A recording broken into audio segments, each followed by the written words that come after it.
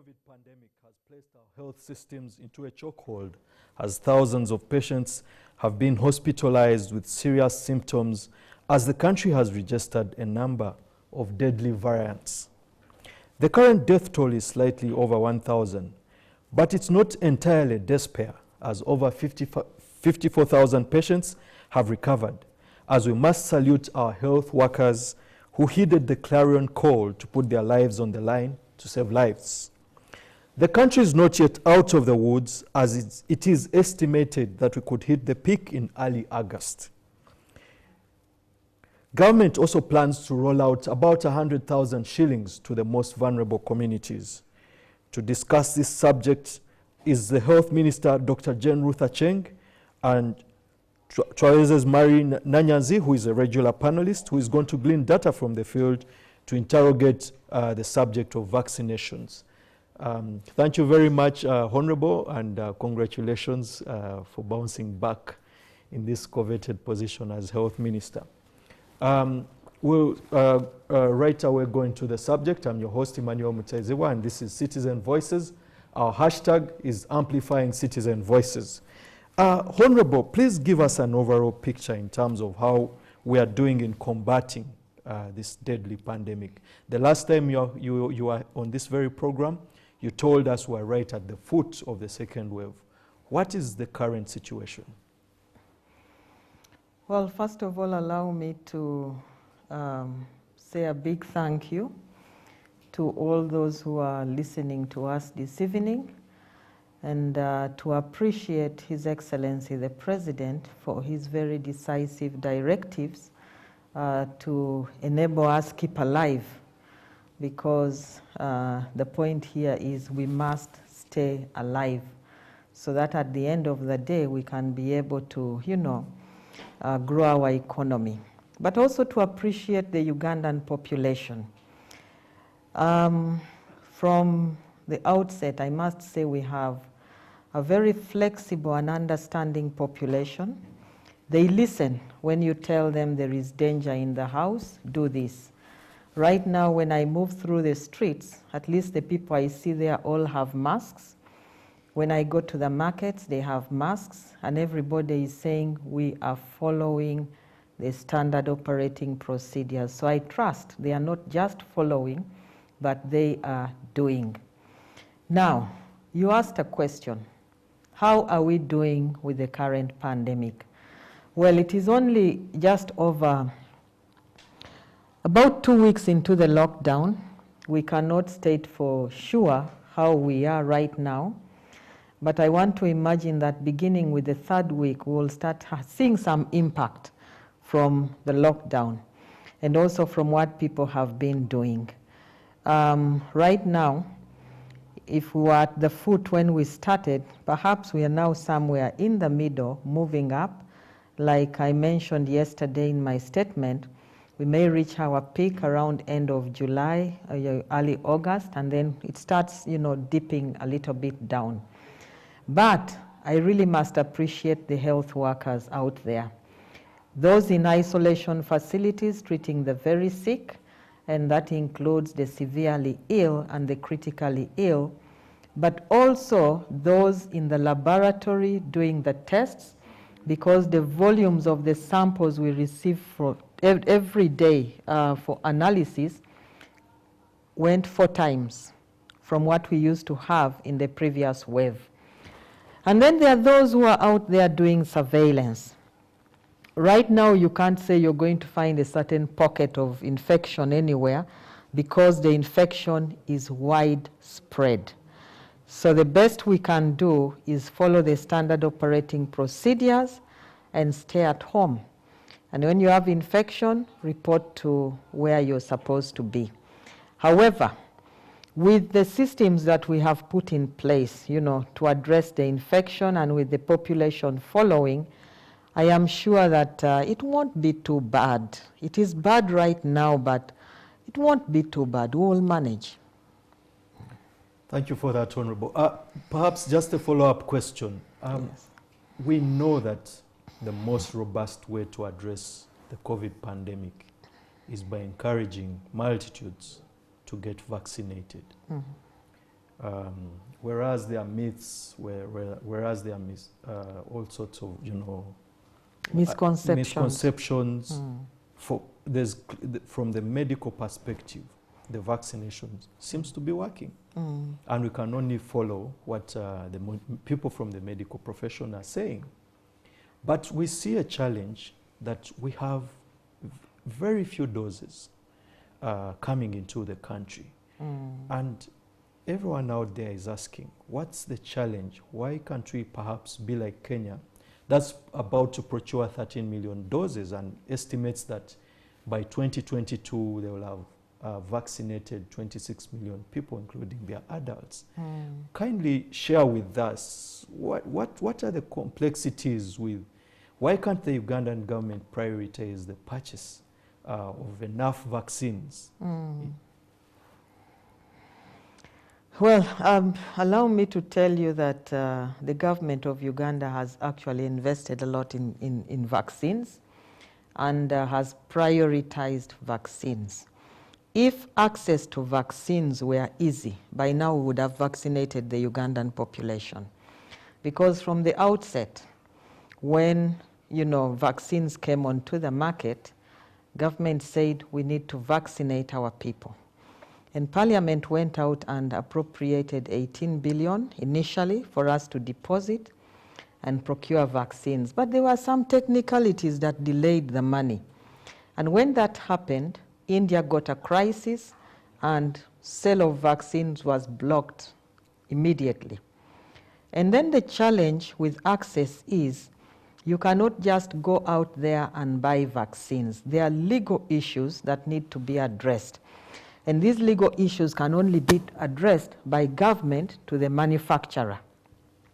That's why it's difficult to have vaccines on the open market, because they will send legal documents for you to sign, indemnifications and so on and so forth. So right now, our government first deposited 18.5 billion. Later on, we deposited 23 billion. We've already sent this money, but we can't get the vaccine because it is not available. So we decided we are going to try all avenues. Through the African Union, we placed an order for Johnson & Johnson vaccines, 5 million doses, we are waiting. Through the COVAX facility, we placed an order. 9 million doses of the vaccines, we are waiting. Well, they said, okay, you've placed an order, let's go through the legal documents. We've concluded all the legal documents. The COVAX facility, in the beginning, started very well, and they made a commitment to contribute over 18 million doses of the vaccine. What happens along the way? Many countries, many of the rich countries bought vaccines. Some even placed orders before vaccines were manufactured. Took all the vaccines and hoarded them. Now they have turned around and they are saying, we are sharing. We are creating sharing facilities with the African countries. And so they get a little of what they hoarded, they share with you. Get a little of what they hoarded, they share with you. It is what all the African countries are benefiting from.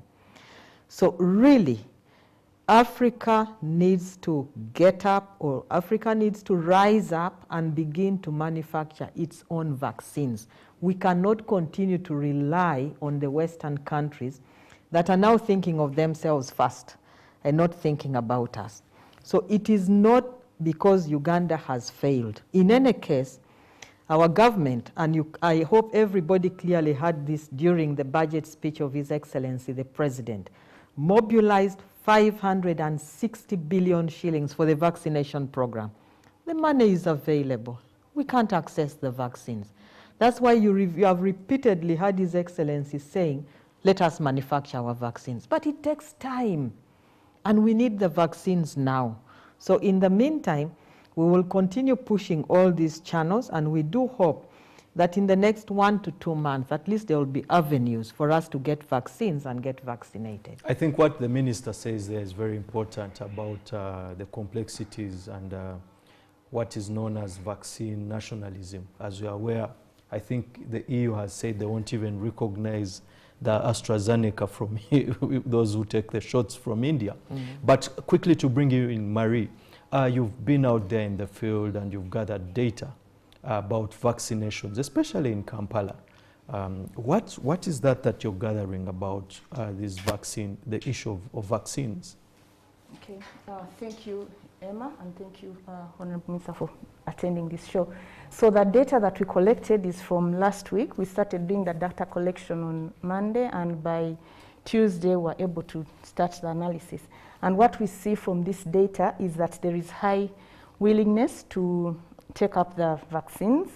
And then also there is, that is about 68% say that they are willing, with 32% saying that for them they are still skeptical about uptake of this vaccine.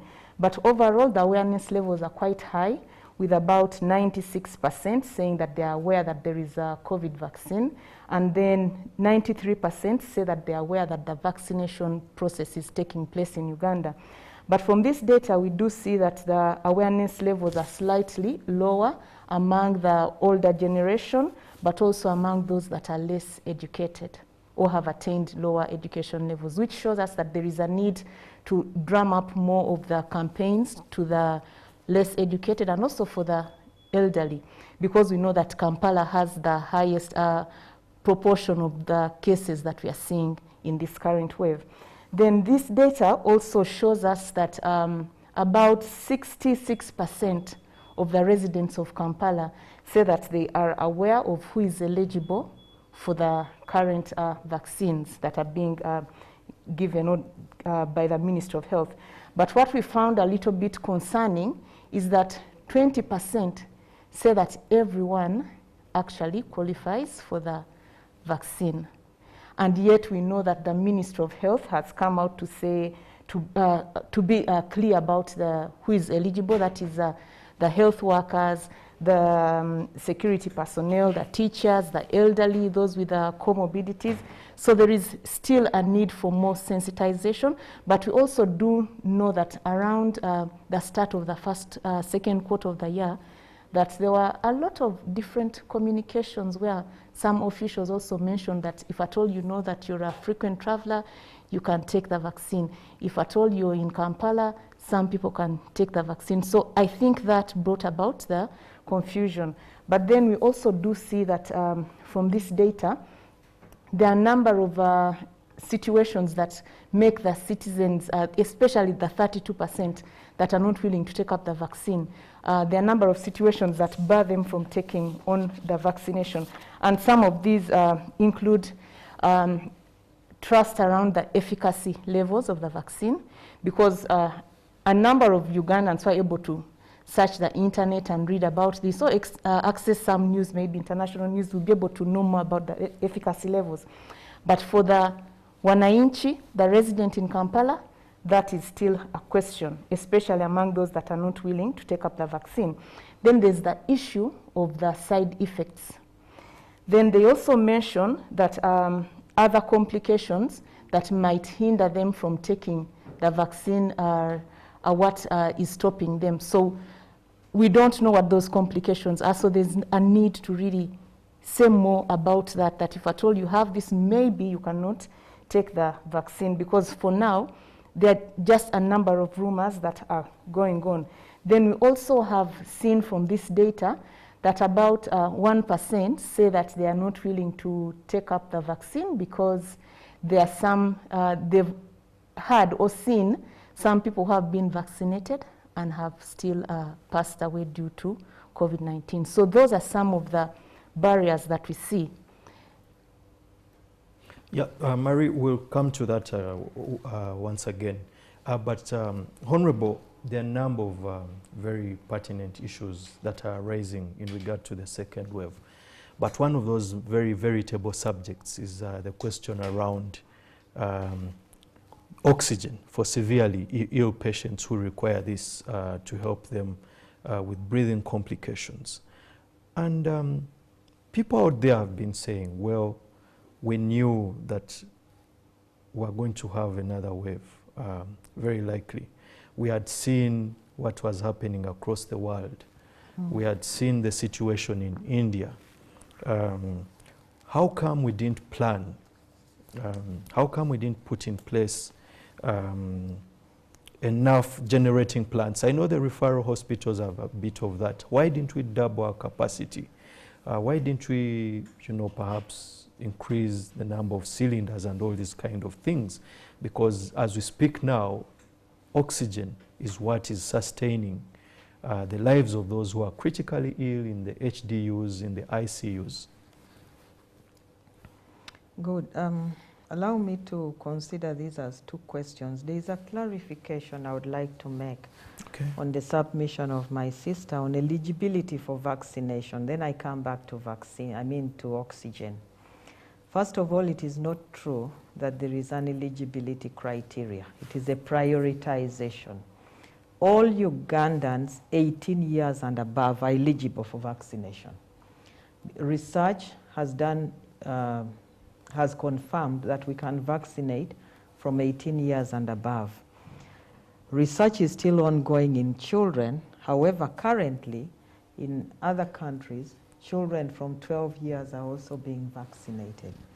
Now, what you're talking of as eligibility is prioritization, because originally COVID was affecting the older population much more. They were more vulnerable and they would die off. That's why we said, let's start with the most vulnerable so that we can protect them. But now as it is, you can see that with the second wave, there is a shift to the below 20. And so even those ones, we'll start vaccinating them as the vaccines come in. Right now, we are concentrating on those of the second dose. But we are going to start vaccinating those below 20. So it is not about eligibility, it is about prioritization. The most vulnerable get the vaccines first. And I hope that the population do understand this. We needed to vaccinate those with comorbidities because they are extremely vulnerable. The older age group, 50 years and above, the health workers are a priority at any one time because they are the ones taking care of us. And as you have been seeing from the statistics, we've lost quite a number of health workers. And that is not good because not only is it painful, but it also discourages the other health workers. So we need to prioritize them. The teachers, surely our children have been out of school for 2 years going. We need them vaccinated. But I do hope that in your movements you will clarify that. Now coming back to oxygen. Yes, it is now a critical item, and it is an item that everyone is talking about. It is what is causing a spike in prices in the private health facilities. Why did we not plan for oxygen? We did plan for oxygen during the time of the lockdown. At that time, we installed 3 oxygen plants in Mulago. Mulago currently has 4 oxygen plants. We installed an oxygen plant in every regional referral hospital. And at that time, because we didn't know how bad this would be, we assumed this could handle. But along the way, because of this wave and this particular variant, the way it presents, where every case of severe COVID consumes between 4 to 6 cylinders. That is a lot. So definitely we had to supplement. And in supplementing, we are using cylinders. Cylinders are cumbersome. You can imagine the rate at which we have to move cylinders all over the country, to the regional referrals to supplement what production they have from their oxygen plants. So it is not that we didn't plan, we planned, but it is not adequate. So the question would be, what are you going to do in the interim? We would install more oxygen plants, and we are going to do it, but it is not quick enough. So what is quick is to have the cylinders. Let's have the cylinders, save as much lives as possible. And we continue to bring in cylinders. But interestingly, whenever there is a need for something, the price goes up. Really, this is what baffles me. Cylinders at one time were 400,000. The price moved to 800. Now it is 1.2 per empty cylinder. Can you imagine? Nonetheless, We'll procure the cylinders and save the lives. However, already we have placed orders for oxygen plants. If they can be here in the next 1 to 2 weeks, we'll install additional oxygen plants in the regional referrals. But the ultimate really would be to have liquid oxygen, because liquid oxygen is oxygen compressed. So if I have a big tank of liquid oxygen, I can move around and fill all those cylinders, one drive, fill the cylinders, come back, take more liquid oxygen, and move back. And that is ultimately what we are looking at, because we are going to have a third wave. And usually, the second wave is worse than the first. The third is worse than the second. God forbid we'll have a fourth wave, unless we are vaccinated. So either way, we are running the race both sides. Marie, to bring you in, the number of vaccines that were coming, the last batch of vaccine that we got from the COVAX facility, I think government prioritized that they should focus on the category of people who had taken the first jab. And this makes quite a lot of sense, because you want to have a complete phase of those who are taking the vaccine. But what are the kind of perceptions that you've gotten out there from interrogating the data that you have in regard to the perceptions in terms of procuring these vaccines? Thank you, Emmanuel. So we did have a question around how they rate the efforts of the government of Uganda to secure vaccines for the citizens. And we see that the residents of Kampala are divided on whether the government is doing well in securing vaccines for its citizens, where we see about 22% saying that the government of Uganda is doing very well. And then we see about 27% saying that they're not doing well. And 44% are just in the middle. But for those that say that the government is doing well, 9% say that this is because the vaccination is happening. And then another smaller proportion, that is 3% of the residents of Kampala, say that the government has imported a lot. Then the vaccines are free. That is also mentioned by 3% of the residents of Kampala. Then there are those that just feel that the ministry or the government is doing their best. Then among those that say that the government is not really doing enough to secure the vaccines, it's really about 15% who say that there are not enough vaccines, followed by a lower percentage of 2% who say that there is poor sensitization, and then 1% say that money is being stolen, with 1% also saying that it's slow and uncertain, and then 1% also still mention that vaccines are costly. Now, we have heard that the vaccines are free, but out there, some residents of Kampala, at least 1%, are saying that the vaccine is costly. So there is that perception that maybe they can buy their way to the vaccine. But since we collected this data last week, we also asked a question on what can the government do to increase the vaccination rate. And we did see that 37% say that there is a need to sensitize the public on the value of vaccination. Then 17% mentioned that there is a need to reduce the travel distance between the vaccination points and the residences of the people in Kampala. And then 11% say that there is a need to import more vaccines.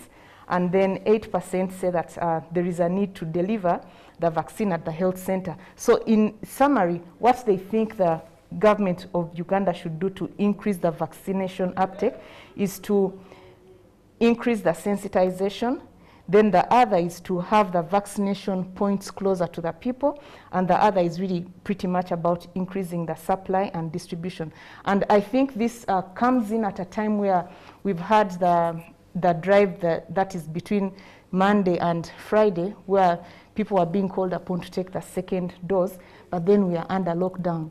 And then a person would probably have to move about 5 kilometers or 7 kilometers to get to the vaccination point. So maybe there is a need to move more of these vaccination points closer to the people, because some of them, the locations that they went to, they were told that maybe come back next week and get a stamp on your card. But now how will they go to the main health facility, which is a lot further than the vaccination point that they have got? So maybe we could hear more about that. How will that process be made easier? Because we have also heard that, Honorable Minister, you've mentioned that the peak is likely to happen at the end of July and probably also a bit of August, which sort of makes people wonder that this lockdown is likely to take a lot longer, and yet probably the vaccinations will still happen. So there is a need to align or to deal with some of these barriers to vaccination. Yeah, that's very important. I think in the context that the elderly and the people who are sick should, have centers that are much closer to them. And it's quite a logistical challenge that during the lockdown, how do you ensure that people can move and be able to access these points? And we also must not forget that there are crafty people who are taking advantage. The very unfortunate story of these folks who went and, vaccinated a number of people, about 800 fake vaccines. But Honorable, one of the other sticky issues that we've been debating during the second wave is the issue of commoditizing healthcare in this country. And as we speak right now, perhaps one of us or many families there are now grappling with paying bills for relatives who are in ICU, for relatives who stayed long in hospital. We've seen the extremes where private hospitals are charging very astronomical bills, 100 million and things of the sort. We've seen extreme cases where private hospitals are detaining bodies of belonging to families, and they insist that families must first clear these bills, which I guess flouts the Hippocratic oath that you abide as the medical profession. How can we navigate this fault line which emerges from that vacuum where government to a certain extent has, because of a limited resource envelope, has failed to provide adequate health care to its citizens, and the private sector that is now coming to occupy that space but is charging very high fees, especially at the time we're having a crisis of this proportion? Well, thank you very much. I know there has been a very big public outcry about the costs that are imposed on the patients by the private health sector, and many of them are comparing with what Lacho posted. Lacho Hospital, first of all, is a private not-for-profit, and people should understand that government subsidizes Lacho, and government installed the intensive care unit equipments in Lacho, and government has deployed specialists in Lacho. So people should look at Lacho differently as a private not-for-profit and not compare with the completely private hospitals that have to pick their own costs.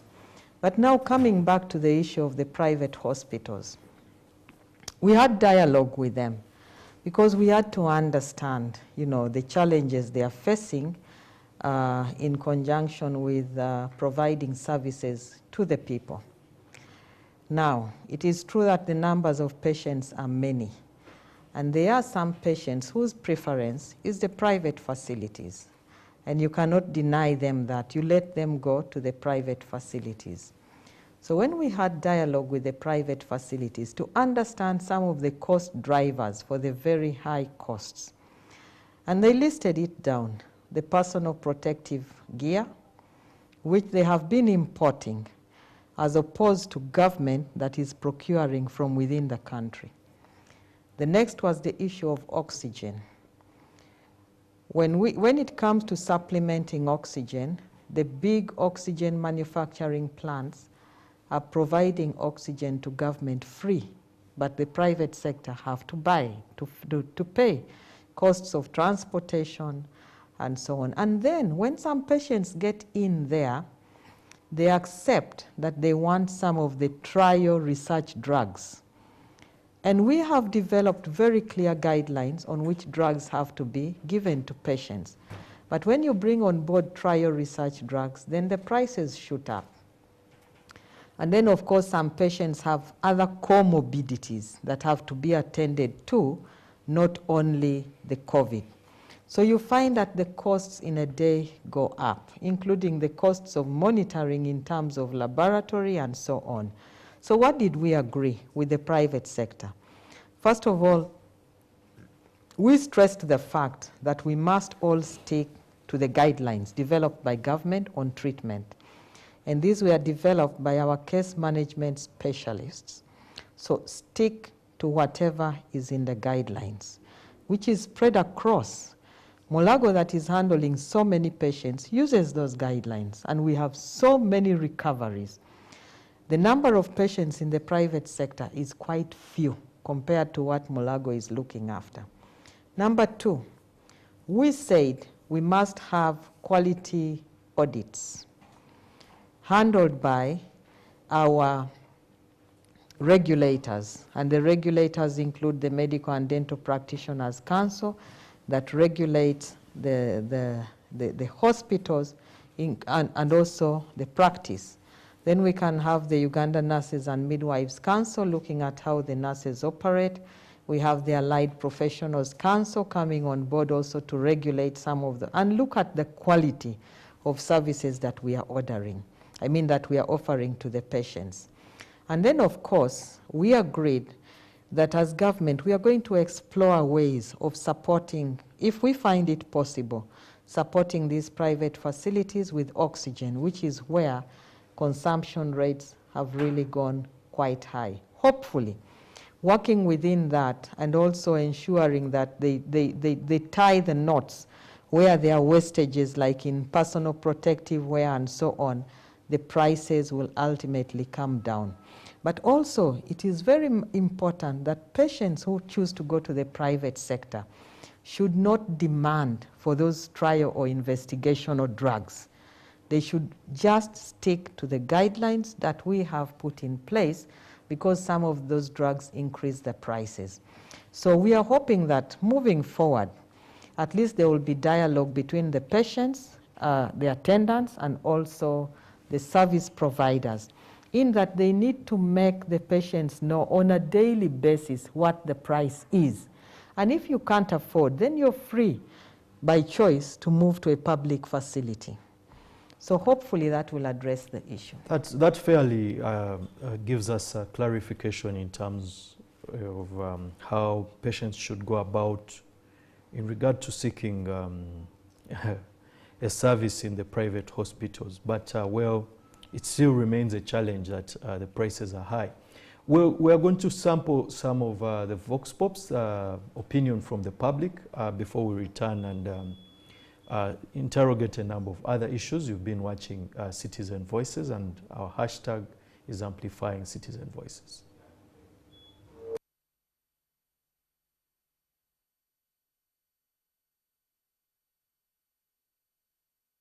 My name is Ismail, a resident of Makere, Nakulabi. It's good for me to take the vaccine. However, it was unfortunate that the first session was made for those above 50 years, so I was not able enough to go and do what? Take the vaccine.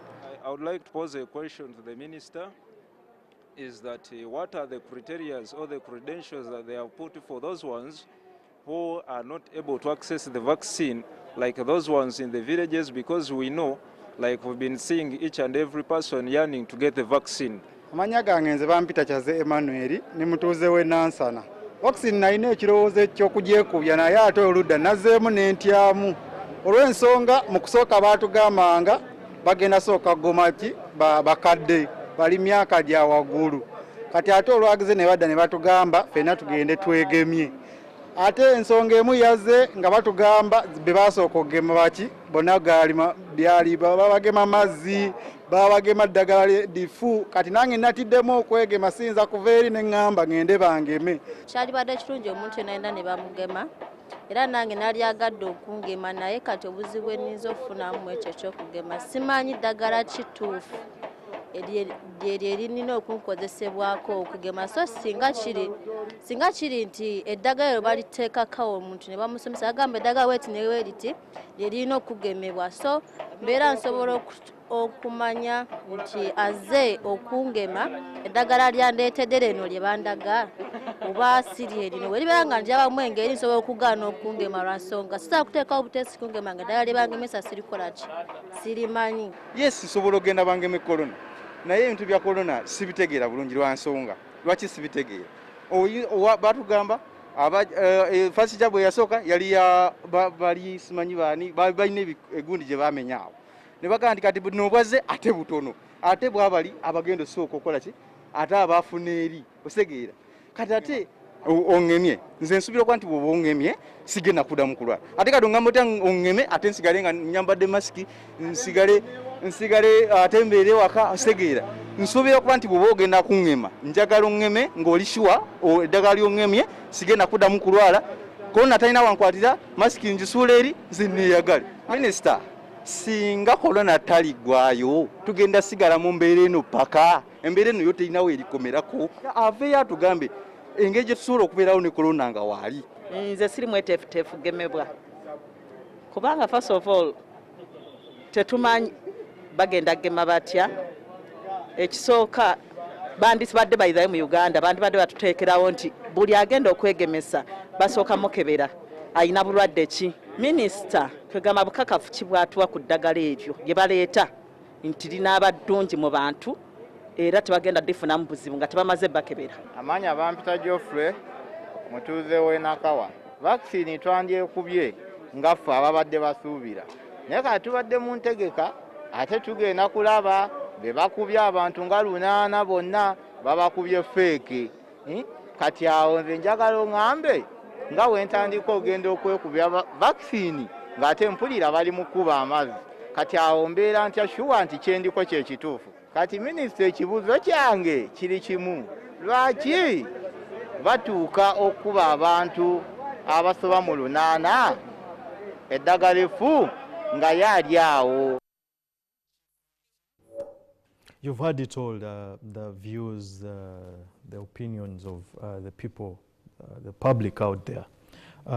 Marie, to bring you in quickly before I bring in the minister, as we wrap this up, how does this inform, how is this related to the survey that you conducted? Thank you, Emma. So I think the Vox Pops have really managed to bring to life what we see from the data, that they have issues of vaccination safety, the issues of the prioritization criteria, or who is supposed to get the vaccine at this point in time, that there have been varying sources of information, but it's good that the minister has already made clarification on that. But I think what really we see here is that there is a need that whenever there is a drive to have the vaccination take place, that the people who are required to take that vaccine are mentioned clearly, and that there is consistency. Because if somebody out there says that at some point it was this that was mentioned and then another point, it becomes a little bit confusing and creates more of doubt from the policy or the duty bearers and what they say to the population.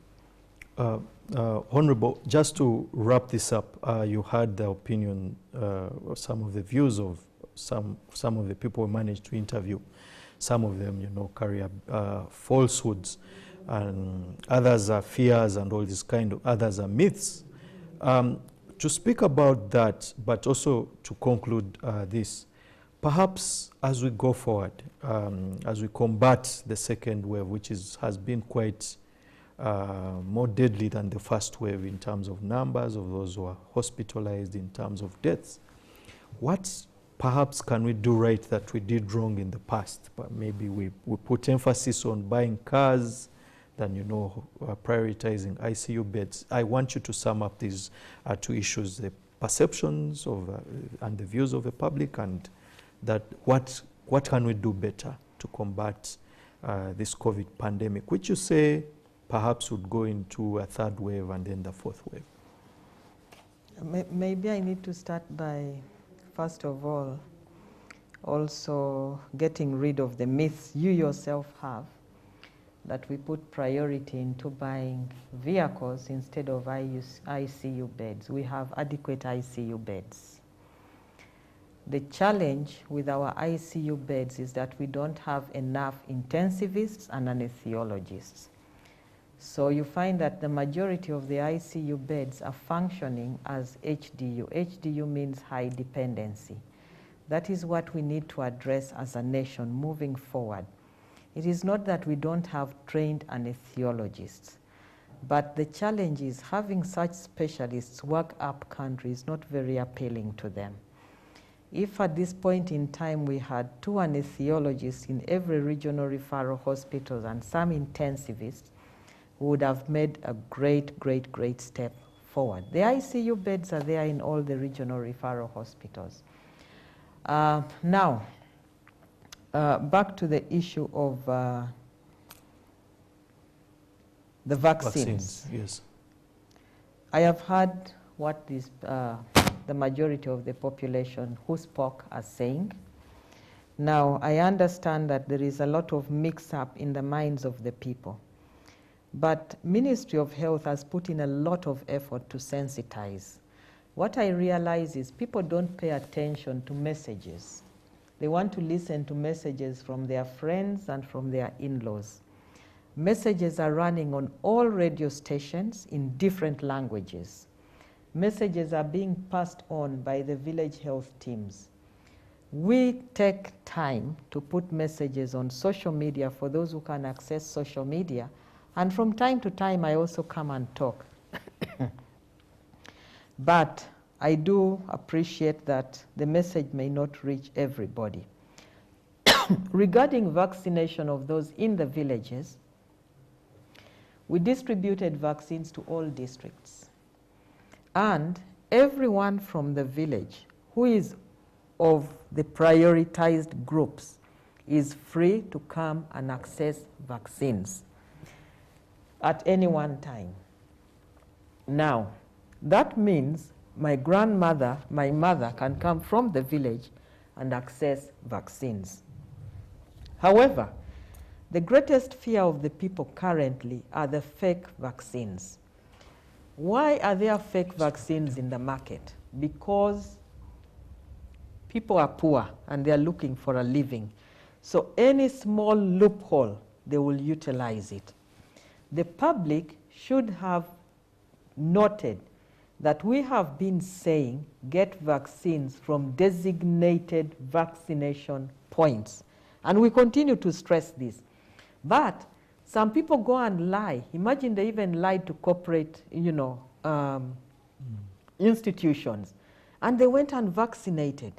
These people should have realized that, one, government of Uganda said vaccines are free of charge and go to designated vaccination points.